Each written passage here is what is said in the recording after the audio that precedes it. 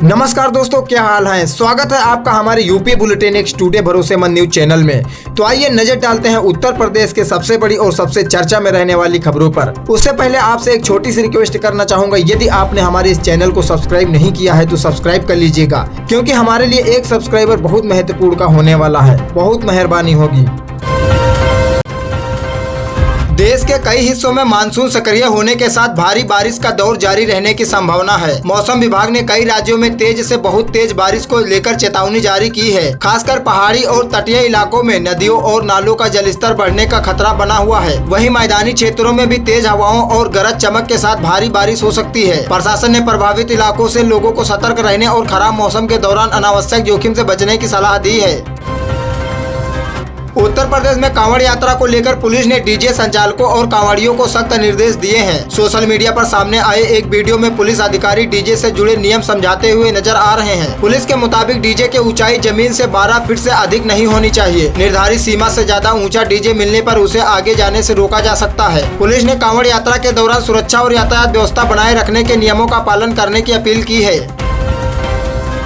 लखनऊ के चौक इलाके में कांवड़ यात्रा के दौरान बच्चों से भरी एक स्कूल वैन पर पथराव की घटना सामने आई है। घटना में वैन के शीशे टूट गए। हालांकि किसी बच्चे के घायल होने की सूचना नहीं है। जानकारी मिलने के बाद पुलिस मौके पर पहुंची और स्थिति को संभाला। मामले की जांच शुरू कर दी है और घटना से जुड़े लोगों की पहचान करने का प्रयास किया जा रहा है। पुलिस आसपास के साक्ष्यों के आधार पर पूरे घटनाक्रम की जानकारी जुटा रही है।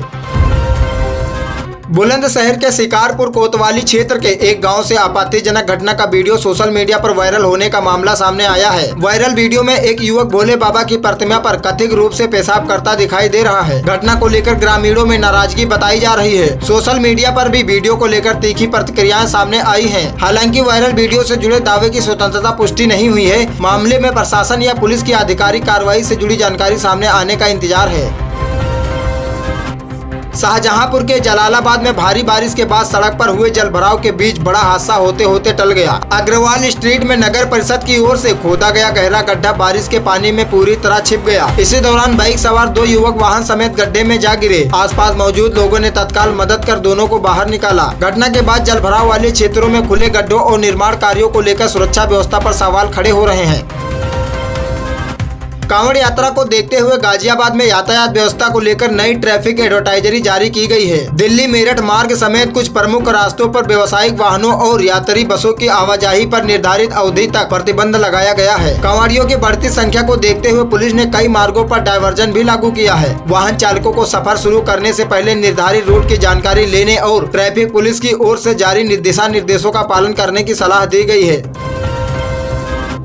केंद्र सरकार ने राज्यों में चल रहे बुनियादी ढांचे और विकास कार्यों को रफ्तार देने के लिए बड़ा वित्तीय कदम उठाया है। सरकार ने निर्धारित समय से पहले विभिन्न राज्यों को करीब 19,000 करोड़ रुपए की राशि जारी की है। इस धनराशि से सड़क, पुल और अन्य विकास परियोजनाओं को गति मिलने की उम्मीद है। इसके साथ ही जन कल्याण से जुड़ी योजनाओं के क्रियान्वयन में भी मदद मिलेगी। सरकार का मानना है कि समय पर धन मिलने से राज्यों में लंबित विकास कार्यों को तेजी से पूरा किया जा सकेगा।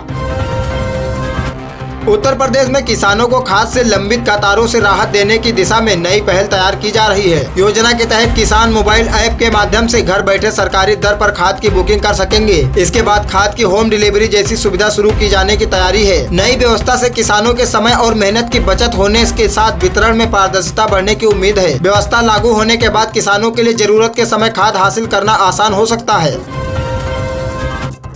राजधानी लखनऊ में प्रेस वार्ता के दौरान समाजवादी पार्टी अध्यक्ष अखिलेश यादव ने प्रदेश सरकार की शिक्षा नीति पर निशाना साधा है। उन्होंने दावा किया है कि भाजपा के पिछले 10 वर्षों के शासन के दौरान उत्तर प्रदेश में 26,000 से अधिक प्राथमिक स्कूल बंद हुए हैं। अखिलेश यादव ने आरोप लगाया है कि सरकारी विद्यालयों को लगातार अनदेखी किया जा रहा है। उन्होंने कहा कि इसका सबसे अधिक असर गरीब और ग्रामीण परिवारों के बच्चों की पढ़ाई पर पड़ रहा है और गुणवत्तापूर्ण शिक्षा तक उनकी पहुँच प्रभावित हो रही है।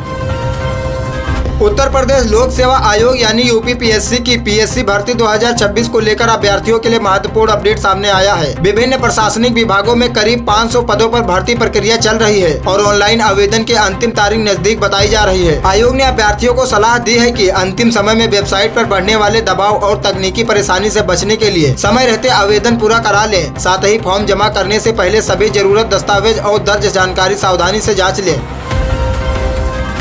प्रधानमंत्री नरेंद्र मोदी ने नशा मुक्त भारत अभियान को लेकर देश के युवाओं से विशेष अपील की है। उन्होंने युवाओं से नशे की लत से दूर रहने और उसके गंभीर सामाजिक तथा स्वास्थ्य संबंधित दुष्प्रभावों को समझाने का आह्वान किया है। प्रधानमंत्री ने कहा है कि देश का युवा वर्ग भारत से उज्जवल भविष्य की सबसे बड़ी ताकत है। उन्होंने समाज को नशे जैसी बुराई से मुक्त कराने के लिए सरकार के साथ आम नागरिकों की भागीदारी को जरूरी बताते हुए युवाओं से अभियान में प्रक्रिया भूमिका निभाने की अपील की है।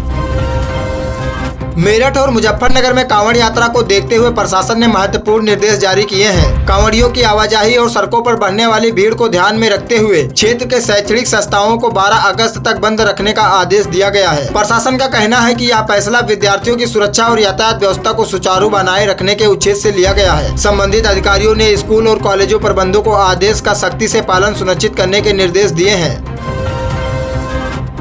दिल्ली में आयोजित एक प्रेस कॉन्फ्रेंस के दौरान सांसद पप्पू यादव पर चाकू से हमला करने की कोशिश का मामला सामने आया है। बताया जा रहा है कि मौके पर मौजूद समर्थकों ने हमलावर को पकड़कर पुलिस के हवाले कर दिया है। घटना पर समाजवादी पार्टी अध्यक्ष अखिलेश यादव ने कड़ी प्रतिक्रिया दी है। उन्होंने आरोप लगाया है कि विपक्षी की आवाज दबाने के लिए हिंसा का सहारा लिया जा रहा है। अखिलेश यादव ने पूरे मामले की निष्पक्ष जाँच कराने और जिम्मेदार लोगों के खिलाफ सख्त कार्रवाई करने की मांग की है।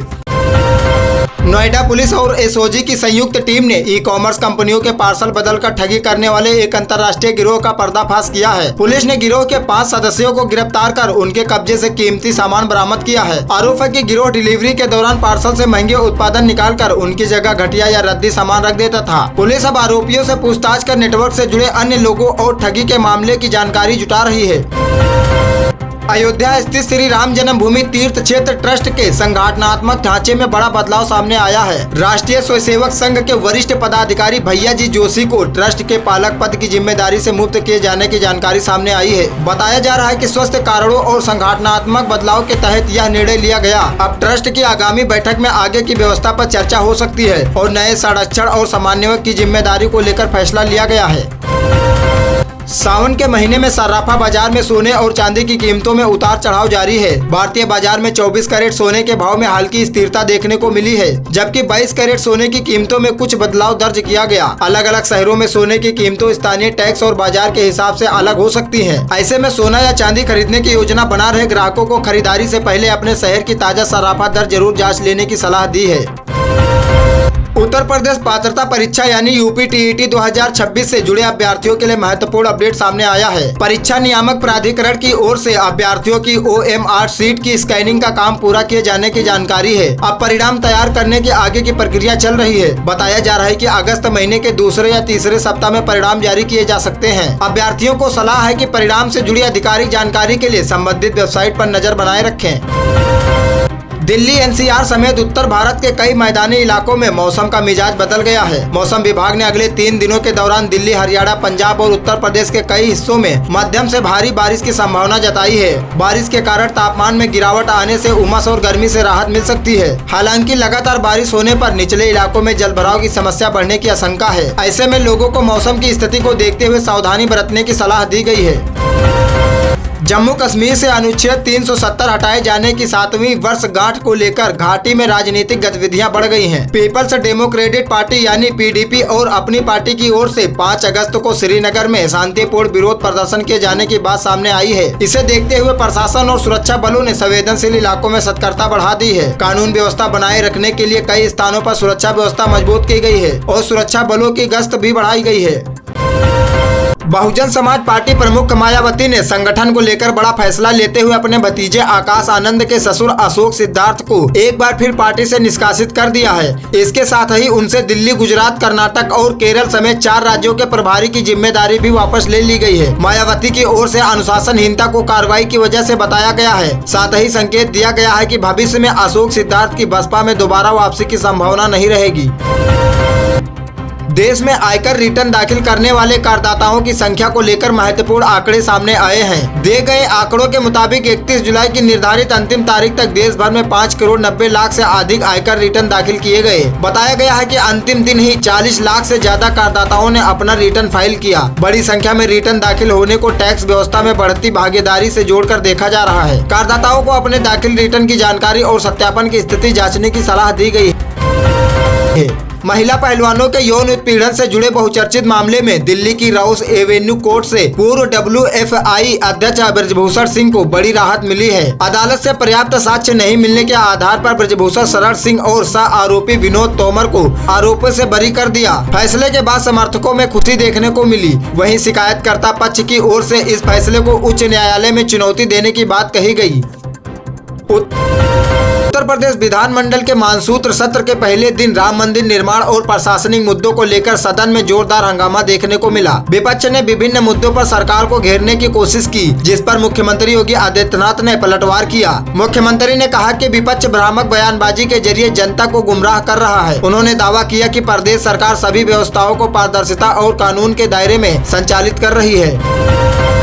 सुहेलदेव भारतीय समाज पार्टी के अध्यक्ष और प्रदेश सरकार में मंत्री ओम प्रकाश राजभर ने समाजवादी पार्टी प्रमुख अखिलेश यादव पर तीखा हमला बोला है। मीडिया से बातचीत में राजभर ने कहा कि अखिलेश यादव को अब राजनीति छोड़कर कव्वाली सीखनी चाहिए। उन्होंने आरोप लगाया कि सपा प्रमुख जनहित को मुद्दों को प्रभावी तरीके से उठाने में नाकाम रहे। राजभर ने कहा कि विपक्ष जनहित के सवालों पर चर्चा करने के बजाय केवल गैर जिम्मेदाराना बयानबाजी कर रहा है।